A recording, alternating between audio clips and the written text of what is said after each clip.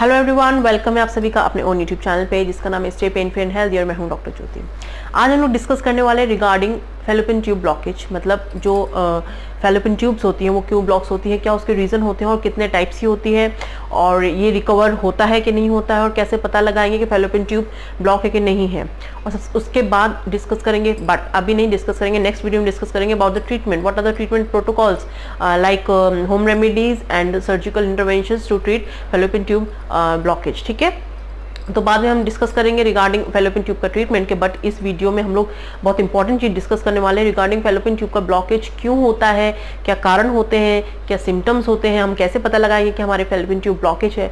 Because देखो क्या होता है, फेलोपियन ट्यूब एक इस तरीके का ब्लॉकेज होता है जिसमें 40% जो फीमेल्स हैं उनका जो इनफर्टिलिटी होती है, कहेंगे अगर माँ बनने का जो ना बन पाने का जो मेन कारण होता है वो होता है फेलोपियन ट्यूब ब्लॉकेज। ठीक है, बट क्या होता है ये स्टार्टिंग में तो पता लगता नहीं है। जैसे ही हम लोग फीमेल जो है ट्राई करती है कंसीव करने के लिए, जब वो टेस्ट कराने जाती है तो पता लगता है उसको फेलोपियन ट्यूब का ब्लॉकेज है। तो ये एकदम से कहेंगे क्योंकि ध्यान नहीं देते हैं, जब कंसीव करने के लिए ट्राई करते हो बहुत टाइम तक कंसीव नहीं होता है तो पता लगता है जाके कि फेलोपियन ट्यूब का ब्लॉकेज है।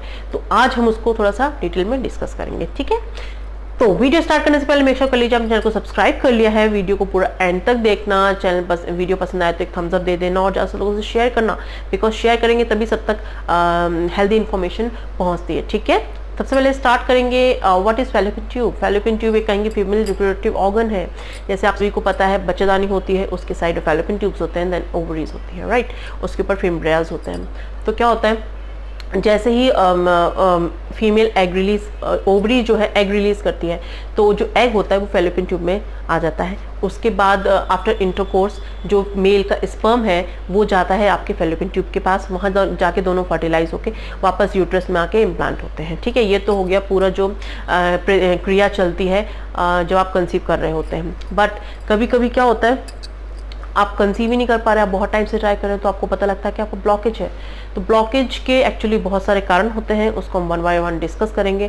क्योंकि फीमेल का जो कंसीव करने का जो मेन सिस्टम कहेंगे, main reproductive organ obviously fallopian tube है, बिकॉज वही अपने जो मूवमेंट करा के देन स्पर्म और एग जो एम्ब्रियो फॉर्मेशन होता है वो आपका फेलोपियन ट्यूब से ही कहेंगे स्टार्ट होता है। तो fallopian tube is a very important part. और फेलोपियन ट्यूब में अगर किसी तरीके कोई पैथोलॉजिकल कंडीशंस आ जाती हैं तो फिर आपको कंसीव करने में दिक्कत हो जाती है। ठीक है, तो अब हम बात करेंगे, ये तो बात हो गई फेलोपियन ट्यूब क्या होती है, उसका फंक्शन क्या होता है।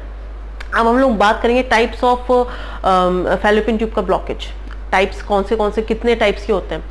सबसे पहले बात करेंगे उसका प्रॉक्सिमल पार्ट। प्रॉक्सिमल मतलब बच्चेदानी के जो साथ में जो एरिया होता है उसको कहते हैं प्रॉक्सिमल, मतलब उसके पास वाला एरिया। वहाँ पे अगर किसी तरीके का कोई ब्लॉकेज होता है तो भी ऑब्वियसली आपको कंसीव करने में दिक्कत हो सकती है।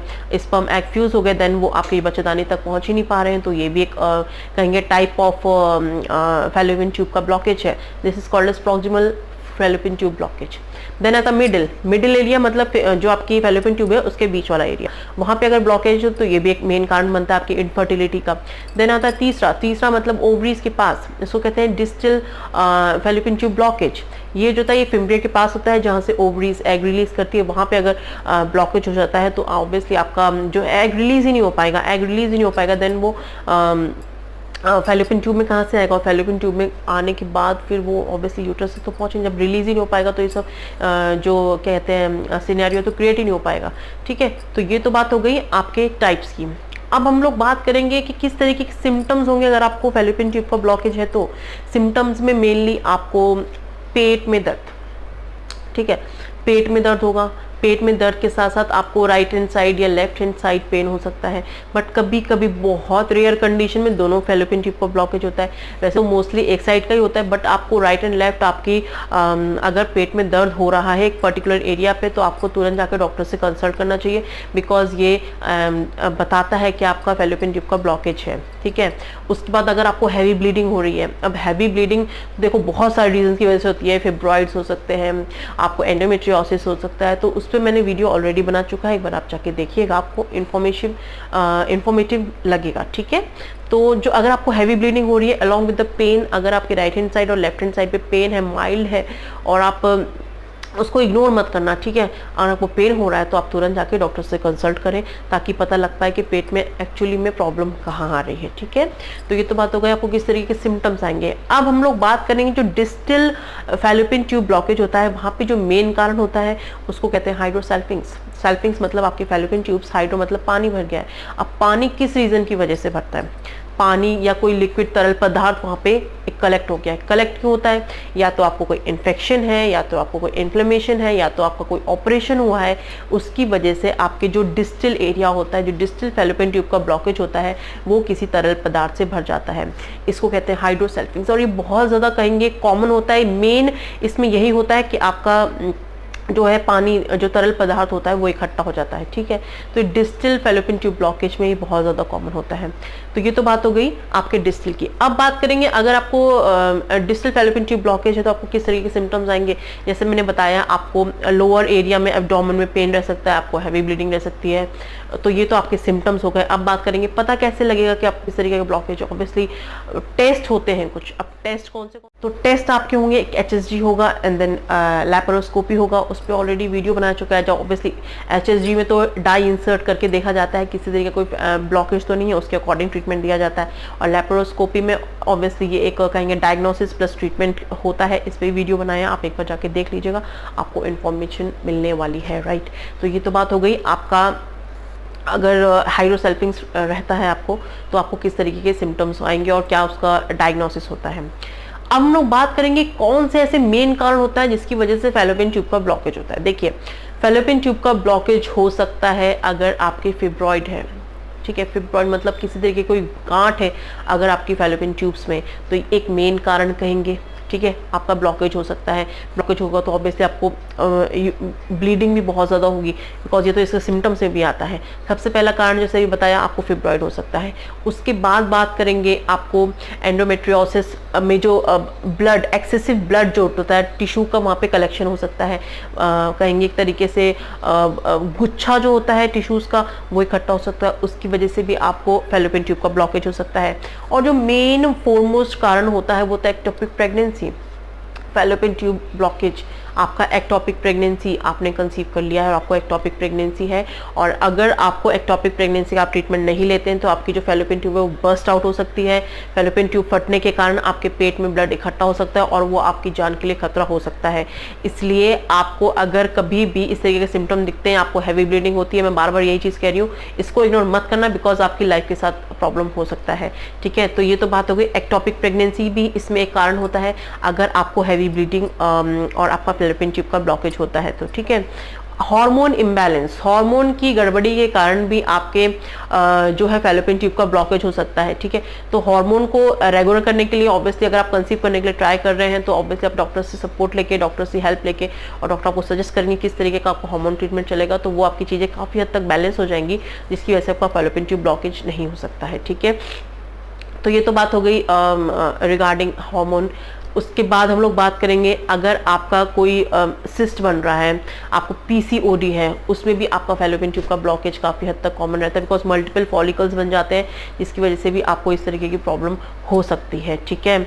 अगर कोई स्कार फॉर्मेशन हो गया है, कोई रेशे बन गए हैं आपके फैलोपियन ट्यूब्स के अंदर, ये भी एक मेन कारण होता है। आपको अगर फैलोपियन ट्यूब का ब्लॉकेज है, आपको हाइड्रोसेल्फिन्स, जैसे मैंने भी डिस्कस करा है हाइड्रोसेल्फिन्स के बारे में, ये भी एक मेन कारण होता है। आपका पानी भर जाता है आपकी फैलोपियन ट्यूब में, कोई भी तरल पदार्थ भरने के कारण आपका फैलोपियन ट्यूब का ब्लॉकेज हो सकता है, तो ये भी एक मेन कारण होता है अगर आपका फैलोपियन ट्यूब का ब्लॉकेज है तो, ठीक है।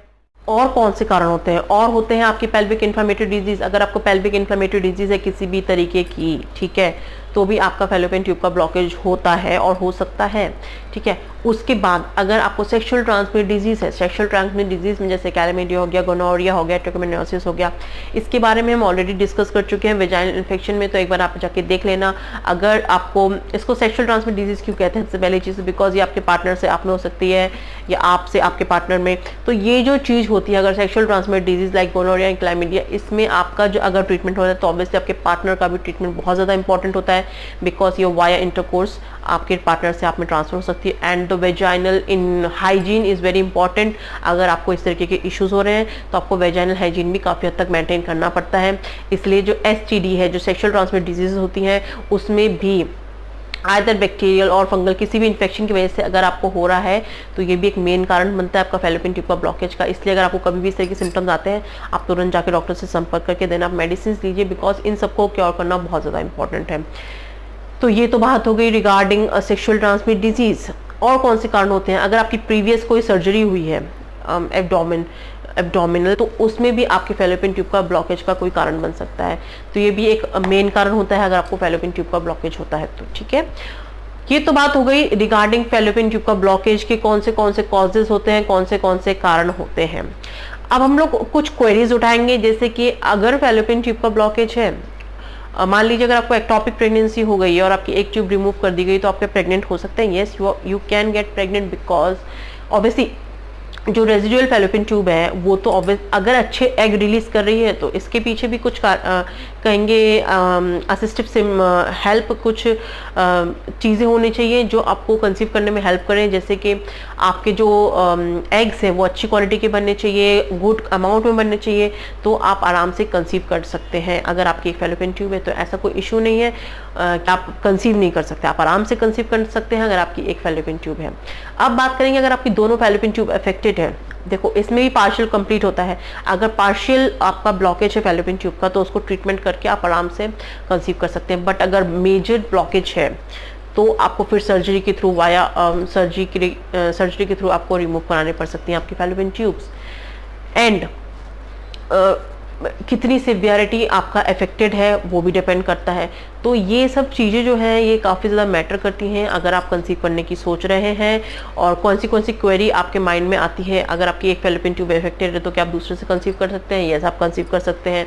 अगर आपको पार्शियल ब्लॉकेज है तो वो आपका वाया लैप्रोस्कोपी के थ्रू ट्रीट करा सकता है, तो उस पर भी वीडियो बना चुका, आप एक बार जाके देख लीजिएगा। ठीक है, तो ये थी बात अबाउट द फैलोपियन ट्यूब का ब्लॉकेज क्यों होता है, क्या कारण है। और ट्रीटमेंट के बारे में तो अभी हमने डिस्कस नहीं करा है, बिकॉज वीडियो थोड़ा लंबा हो जाएगा तो ऑब्वियसली सबको जोर आता है वीडियो फुल देखने में। तो वीडियो अभी हमने बनाया नहीं है फैलोपियन ट्यूब ब्लॉकेज के ट्रीटमेंट के बारे में, वो मैं जल्दी से जल्दी अपलोड करूँगी। होम रेमिडीज़ में I will explain in that video, और उसके साथ साथ कौन से ट्रीटमेंट होते हैं ऐसे जिससे आप तुरंत रिलीफ पा सकते हैं, क्या डाइट में आपको शामिल करना चाहिए कि आपका फैलोपियन ट्यूब का ब्लॉकेज ना हो। तो ठीक है, तो this much is about fallopian tube का ब्लॉकेज क्यों होता है, क्या कारण होते हैं, और उसको हम कैसे डायग्नोस कर सकते हैं, कैसे पता लगा सकते हैं। ठीक है, तो होप आप सभी को ये वीडियो समझ आई होगी। वीडियो इन्फॉर्मेटिव लगे तो प्लीज़ एक थम्स अप दे देना, ज़्यादा से लोगों से शेयर करना, और प्लीज़ चैनल को सब्सक्राइब करना मत भूलना, बिकॉज अगर आप सब्सक्राइब करते हैं तो सीरियसली चैनल को बहुत मोटिवेशन मिलता है। Because each and every subscription is very important to make your channel, to make our channel grow. ठीक है, सब्सक्राइब करते रहिए, चैनल को सपोर्ट करते रहिए। And thank you very much for watching, और वीडियो को पूरा शेयर करना मत भूलना। ठीक है, तो thank you very much for watching.